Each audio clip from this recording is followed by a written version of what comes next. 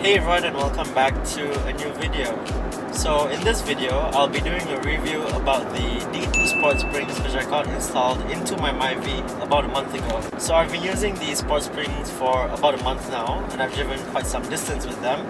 So I think I can give a proper review about these D2 Sport Springs. So the way I'll be doing this review video is by dividing this video into 3 segments.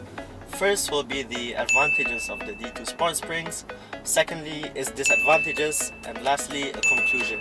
So without further ado, let's get started. Okay, let's start off with the advantages of the D2 Sport Springs. So if you can recall from the installation video which I uploaded a month ago, do check it out if you haven't already. Basically, the most noticeable difference that can be seen in that video was in terms of overall look of the car. Okay, so here is the final result after installing the Sport Springs, and as you can see, there's a significant difference in ride height. So basically, before I had the D2 Sport Springs installed, while I was on the stock springs, the gap between the front tires and the fender was 4 fingers, and the gap between the rear tires and the fender was 5 fingers.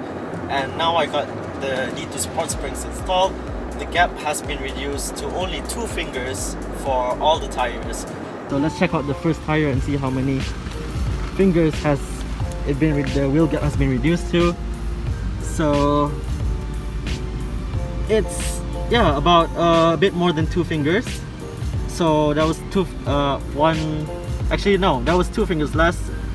And then moving on to the back, 2 fingers as well, so that's like 3 fingers less.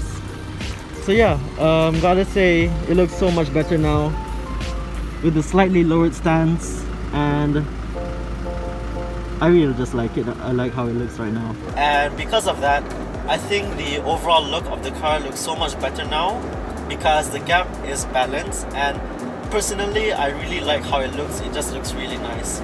So that is the first advantage, which is in terms of overall look of the car. So the next advantage can be seen in terms of handling performance.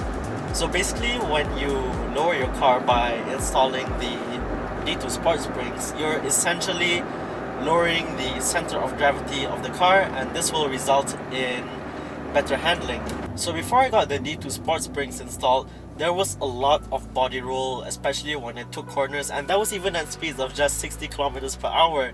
And I was hanging on for dear life, because the roll was so bad, I guess, and I didn't really enjoy taking corners fast. So now that I have the D2 Sport Springs installed, taking corners is so much more enjoyable, and I just really like how it handles right now. It just feels really nice to drive this car with the D2 Sport Springs installed. So those are the 2 most obvious advantages of getting the D2 Sport Springs. So let's move on to the disadvantages pull-up. So basically, when you get these D2 Sport Springs installed, when you lower your car, you're bringing it closer to the ground. And because of that, you have to be extra careful around speed bumps, especially the steep kinds of speed bumps and also the short speed bumps. So you have to be very careful and approach these speed bumps at a low speed, or else there's a high chance that you will scrape the underside of your car, and that is something none of us want. However, there is actually a method to reduce the chances of such things happening, and that is by installing spring buffers. And on my channel, I have uploaded a video about spring buffers as well, so do check it out if you haven't already. So by installing spring buffers, you are actually strengthening the rear springs by giving it a bit more of a cushion, so that the rear of the car doesn't bounce too much, especially when you drive on the speed bumps. So it is highly advisable for you to install spring buffers onto your Sport Springs. Okay, now moving on to the conclusion for this video.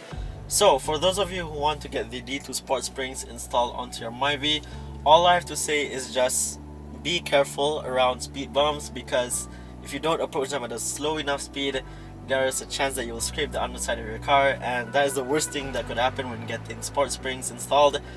And for those of you who usually carry heavy loads or maximum capacity of passengers on a daily basis, I don't recommend that you install these D2 Sport Springs, because they are not as sturdy compared to other types of brands such as F-Tune or A-Bach. So if you want to lower your car regardless, I suggest that you go for those brands, because the build quality of those types of sports springs are much more I guess stronger compared to D2 sports springs. So yeah, I guess that's all for this video. I hope you found this review informative, and leave a like if you like. Don't forget to subscribe if you haven't already, and I'll see you guys next time.